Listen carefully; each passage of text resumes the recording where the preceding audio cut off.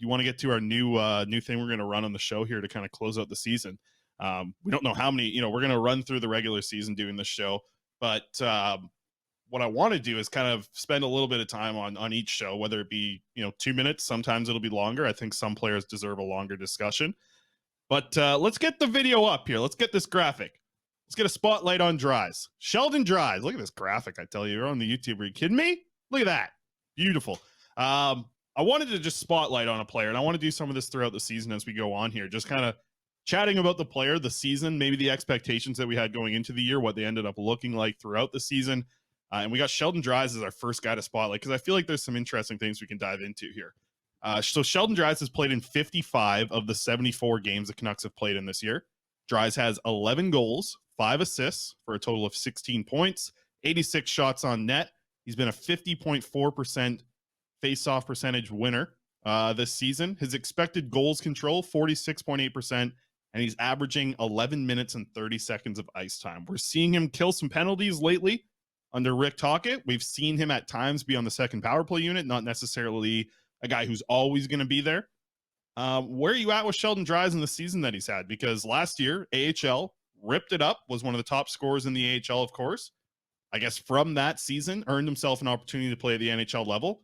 And this season, I talked about it off the top, 55 games of the 74, Sheldon Dries has been in the lineup for the Vancouver Canucks. So he's been a pretty big piece of the Canucks team this season. Like, not a massive piece on winning every single night, but if you're playing in 55 of 74 games, you're in the lineup most nights. And that's what Sheldon Dries has done this season. Where are you at with Sheldon Dries this year? How do you rank his year? And what are our expectations going forward here? Well, people seem to really dislike him. Like, the YouTube live chat does not like Sheldon Dries. No, the YouTube chat, everybody replies on Twitter. Everyone was very move on from him. Future considerations. I'm like thinking, wow, I didn't know that there was this much, not necessarily hate, but I didn't know this feeling towards Dries was so negative from a lot of people.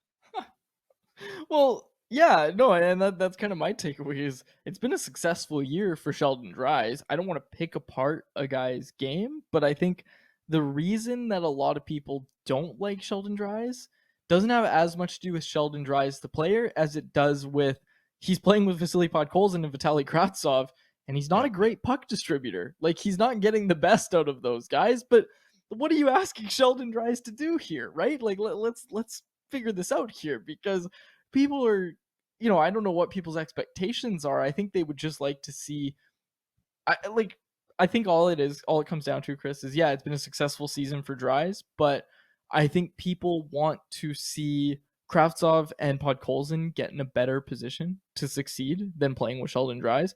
And I think that's all it comes down to be honest with you. Like, I think that's the reason. Like, I don't know if I'm hitting the nail on the head. Commander Vander in the chat makes me think that that's the case, that I've got it right here. But that's what it seems like, is just people don't dislike Sheldon Dries because of how he plays. They just dislike him because he's the center for Kravtsov and Podkolzin, and you're not really seeing those guys light the lamp offensively.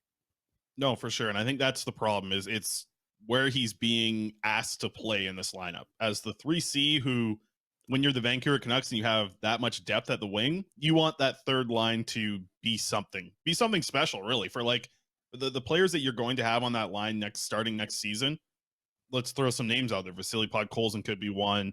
Nils Höglander could be one. Heck, Connor Garland, Brock Besser, one of those two guys can end up on your line. Even Ilya Mikheyev, depending on what they do with some of the lines. Like, these are some wingers that should have success in a third line role, and you're going to need a good center to play in that spot. Like, I think Dries has showed this season that he could be a serious call-up option for a good team moving forward. He could be a guy who comes in and plays on your fourth line or your third line in a pinch and can center a line and be, sufficient at the NHL level. He can do that job fine. But it's not at the level of being like, hey, he's a good 3C. Like, he's an NHL player when you need to. Like, when you get him in the lineup, you can get him up there. He can play some games for this team, but you don't want to start your season coming in and thinking this is our 3C. I think that's where I'm at with Sheldon Dries. Absolutely. And I want to be clear with what I was saying earlier. There's no disagreement there, right? And Canucks Need Right-Handed D jumped in the YouTube live chat and said, nope, we want a real 3C, in response to what I was explaining as why I think fans might not like Sheldon Dries. And to be clear, I think you look at this season, and I think this is what the team's doing. We've heard the rumored interest in Barbashev, all this sort of stuff about third line centers, and I think everybody agrees here. Everybody's in agreement that this team needs a better third line center going into next year. I just don't think that you look at Sheldon Dry's season and say, get rid of him. I say you No, look at it and say, wow, you know what? He might be able to battle for the fourth line center job out of camp. If not, he's going to go down to Abbotsford and he's going to be your first call up. Like, he's center depth. You need good depth, and he's good depth. Like, I think he's fine depth, and I think that's what it comes down to. But you don't get rid of guys just because you don't like the positions that they're in due to your poor roster construction. That's not how no, this and works. So let me tell you about this season too. Like, if think about this, if you can fast forward one full year from today, and you're looking at this Canucks lineup, and you're like let's talk about it today, present day. Quads. If I were to I don't even know if you would know the answer. If the Canucks have to call up a center right now, say because of emergency basis, let's say one of their centers goes down, who are they calling up right now? Which center from Abbotsford? They have two options. I'd like John Stevens. I'd like John Yeah, Stevens to get a look. They have two options to play center. One's John Stevens. The other one would be Aatu Ratu. Clearly, Ratu's not ready for NHL games. Will he be in a year from now? Maybe. But it's nice to have a little bit of a safety blanket there with Sheldon Dries as a center call-up option. I think a lot of people would like if we change the conversation a little bit and we just say if your expectation for Sheldon Dries next season is to be a call-up option to come play center for you, I'm curious what people say in the chat. Like, would that be great? Because listen, he's making basically league minimum for next season. He's got one more year left on his contract, by the way, for next season. Making a lot of money in the AHL, so he's not going to be claimed on waivers. If that's the expectation for next season, for him to come in and be a depth option to be a call up and play center for you, and he can play in both bottom six center spots because he's showed that at least he could do it this season. Like, I think that's fine. I think that's a fine piece to have in your organization. He's going to be down in the AHL starting next season. He's going to be a guy who's going to be putting up a lot of points, being a good leader for that group. The guys all love him. They love the way that he works down there. In practice, I remember seeing a lot of him last year. A lot of people liked him in practice. He's a guy who can help this team, like, as an organization down the road. And Jesse says as an extra forward. So yeah, maybe he's like the 13th forward. He can kill penalties for you. He's showed that at the NHL. He can play on the power play if he needs to. But yeah, I don't think he's going to be a guy that you want in your top 12 on opening night. But I don't have no problem having him be 13, 14, 15 on your list for forwards. And the fact that he can play center, I like that. I like that a lot. And you need that because, yeah, I don't want to go into next season and John Stevens has to be the guy, right? Love John Stevens, great dude, but you know, he's a fine AHLer, but at least Dries can be a fine NHLer in a pinch.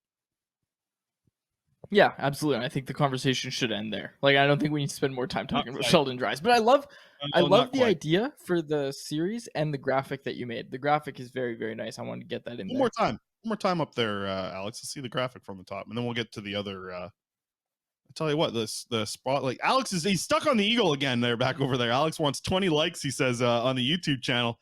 Throw a like on this video. You'll get the eagle cam back up here, or or don't. If you don't want the eagle cam, don't like the video. But like the video if you want the eagle cam to come back.